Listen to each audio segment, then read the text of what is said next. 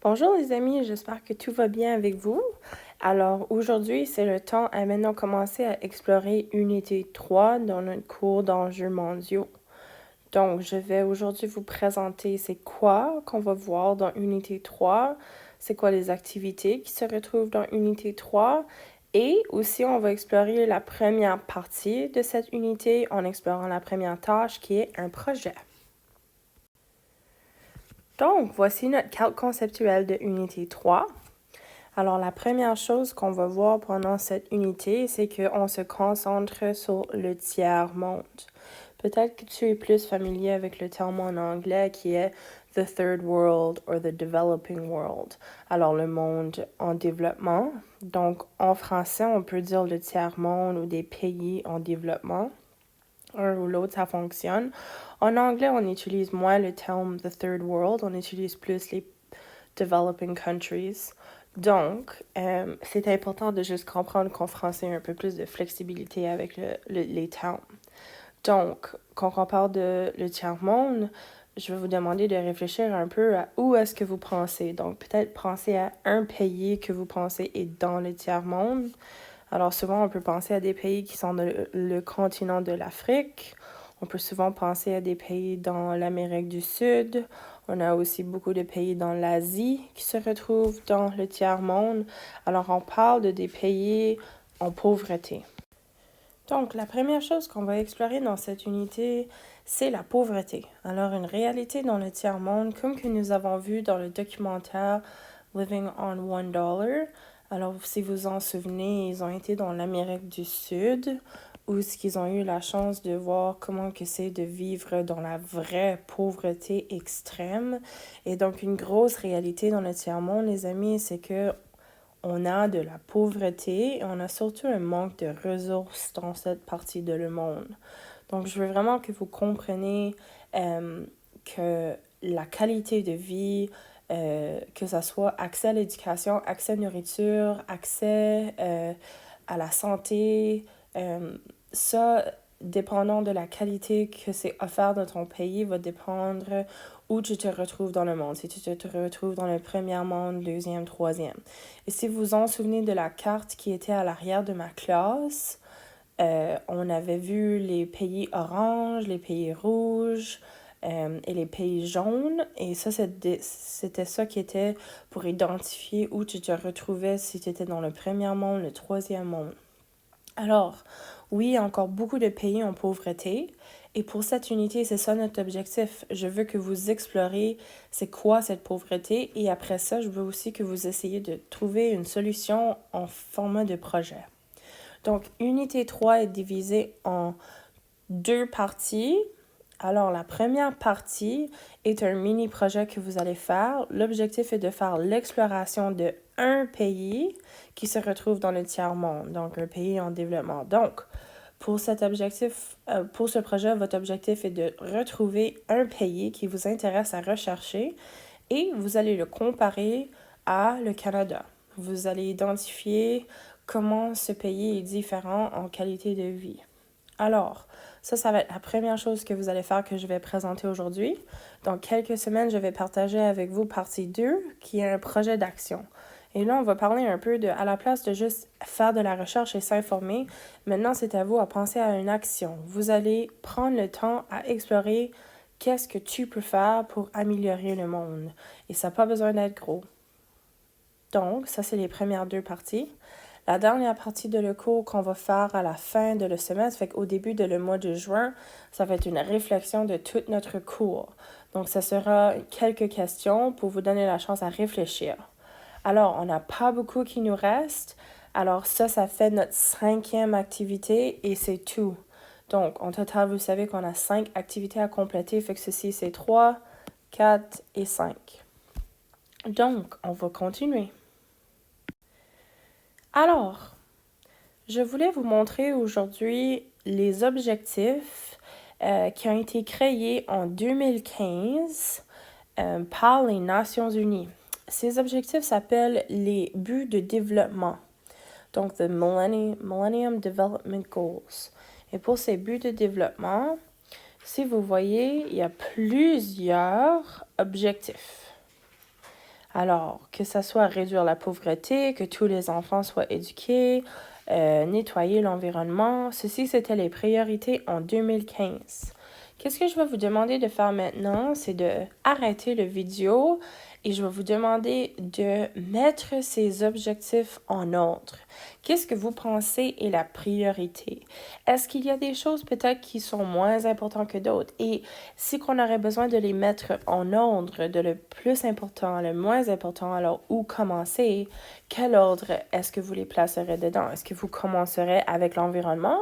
Est-ce que vous commencerez avec l'éducation? Est-ce que vous commencerez avec l'égalité de les filles et les femmes?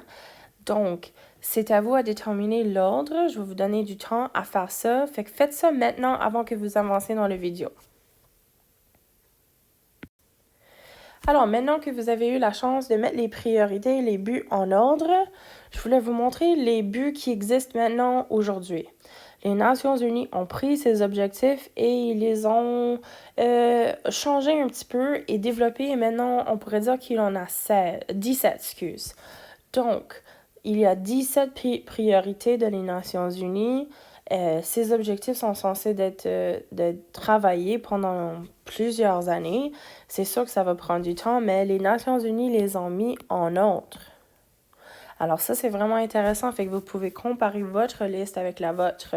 Oui, dans l'opinion des Nations unies, ils sont tous importants, mais oui, on pourrait dire qu'ils sont en ordre de 1 à 17. Alors, vous pouvez prendre le temps à explorer ces objectifs.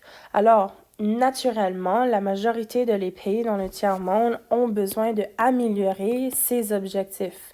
Mais c'est pas juste dans le tiers-monde. Hein? On pourrait dire que, par exemple, aux États-Unis, on a un gros problème avec le accès à la santé. Fait que, surtout maintenant avec le virus corona, on voit qu'il y a un manque d'accès à la santé, qu'il y a beaucoup de personnes en pauvreté qui ont peur d'aller au docteur parce qu'ils n'ont pas de l'argent pour payer pour, parce que au Canada, on sait que c'est gratuit pour nous, on paye dans nos taxes d'être capable d'aller à l'hôpital et pas besoin d'avoir payé. Aux États-Unis, tu vas à l'hôpital, tu as de l'assurance, mais il y a une bonne chance que tu as un montant à payer. Donc, le fait qu'ils n'ont pas accès à la santé gratuite, on pourrait dire qu'il y a une façon que les États-Unis se retrouvent dans le tiers-monde, parce que la majorité des pays dans le tiers-monde n'ont pas accès à la santé. Mais il y a des pays qui sont meilleurs à des choses que d'autres. Donc, c'est pour ça qu'on a premièrement, deuxième, troisième, et même ça, ces classements commencent à changer beaucoup ces jours-ci parce que les pays se sont développés, ils se sont améliorés, ils ont changé. Donc, et ça va probablement venir, surtout après le virus corona, qu'on va probablement ajuster ces objectifs. Donc, ça sera vraiment intéressant à voir comment ce virus change les objectifs de les Nations unies. Peut-être qu'il y aura plus une priorité sur la santé. Alors, je vais vous donner la chance de découvrir un peu les thèmes des objectifs mondiaux. Alors, en regardant les objectifs, on peut voir que les 17, je crois qu'il y en a 17, oui, qui tombent dans des catégories. Donc, vous pouvez prendre le temps aussi à explorer ce document. Vous pouvez arrêter la vidéo et le lire. Alors, comme que j'ai dit, pour la première partie de ce cours, vous allez être responsable de faire de la recherche d'un pays en développement. Donc, pour vous, votre objectif, les amis, c'est de comparer les pays. Alors, comme qu'on avait la carte à l'arrière de ma classe avec les pays orange, rouge et jaune, il y a un site web qui fait la même chose que cette carte et chaque pays dans le monde est classifié dans ce site web. Donc, lorsque vous allez dans les ressources, dans Teams, vous allez retrouver ce document avec le site web c'est le Canadian Geographic ou National Geographic site web où ce que vous allez cliquer sur ça et vous allez avoir un site web qui est quand même assez interactif. C'est vraiment bien fait et lorsque vous cliquez et vous choisissez des pays, ça va vous indiquer la qualité de vie de ce pays. Donc, par exemple, c'est quoi l'âge moyen de les personnes. Donc, à quel âge est-ce que les personnes dans ce pays mourront. Donc, il y a des pays où on va mourir beaucoup plus jeune que d'autres. Et ça, c'est une grosse indication de la qualité de vie et si le pays est en développement. Vous allez aussi voir l'accès à l'éducation dans ce site web. Donc, quand vous allez cliquer sur les liens, sur les pays de votre choix, vous allez avoir la chance de vraiment explorer comment c'est et ça vous donne aussi un site qui compare le Canada et le pays que tu choisis. Donc, ça va être pour vous à vraiment utiliser ce site et l'explorer. Lorsque je vous montre le document de recherche, je vais vous parler plus de ça. Alors, comme que j'ai dit, il y a un document de ressources qui se retrouve dans Teams.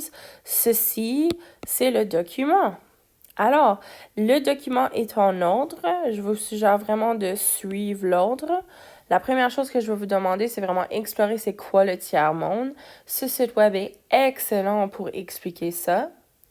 Après ça, ceci c'est le site que je parlais de, Canadian Geographic World Map. Lorsque tu vas sur ce site-là, c'est vraiment facile à utiliser. Ton objectif va être de vraiment explorer le plus de pays que possible.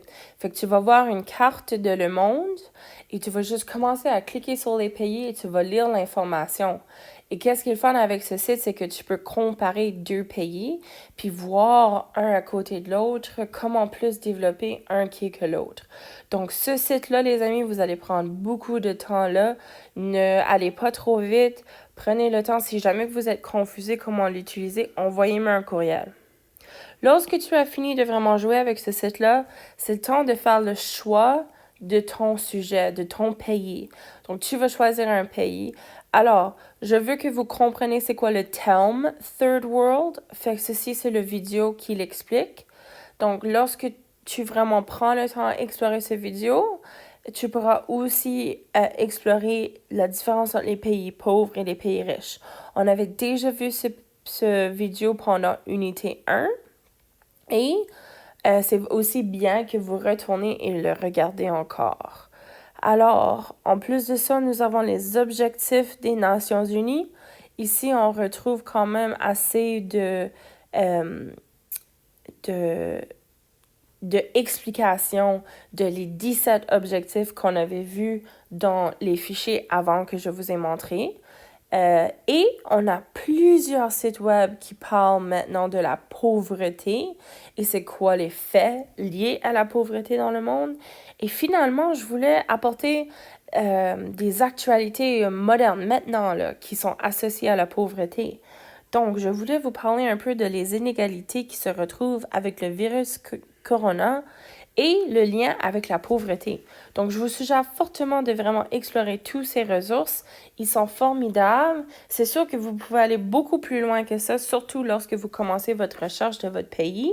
Mais moi, je vous suggère de vraiment commencer avec ceci avant que vous commencez votre projet. Donc, je vais vous parler un peu maintenant de votre projet.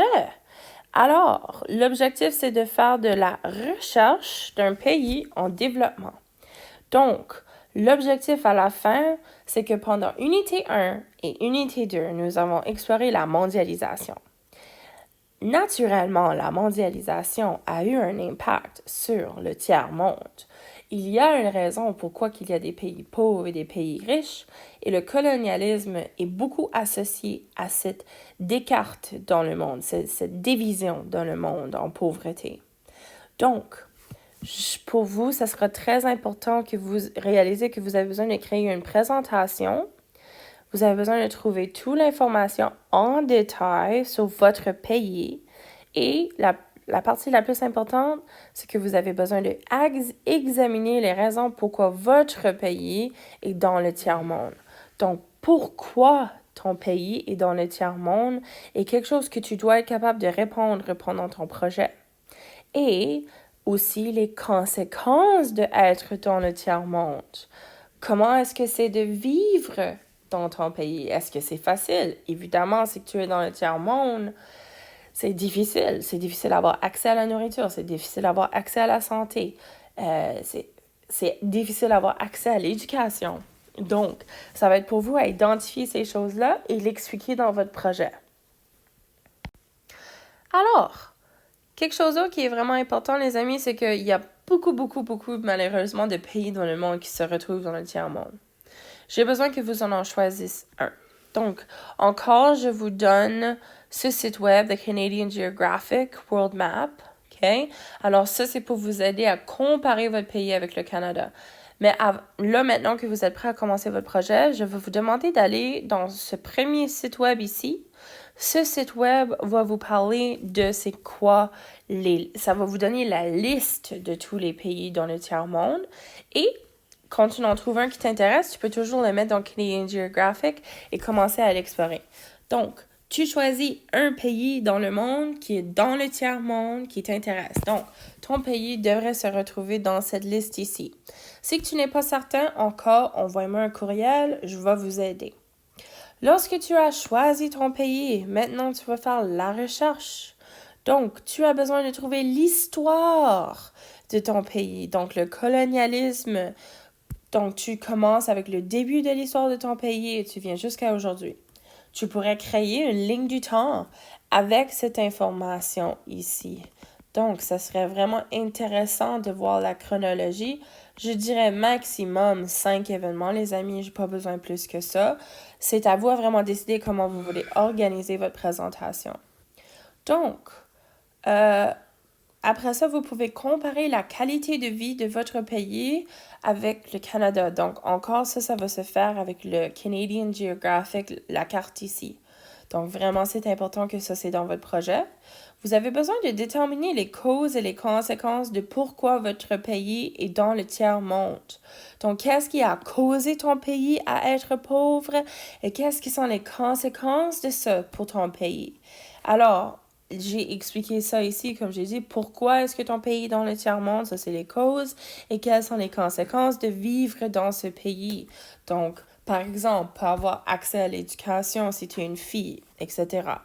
J'ai besoin que vous retrouviez un minimum de 4 sources. Je vous demande de ne pas utiliser Wikipédia.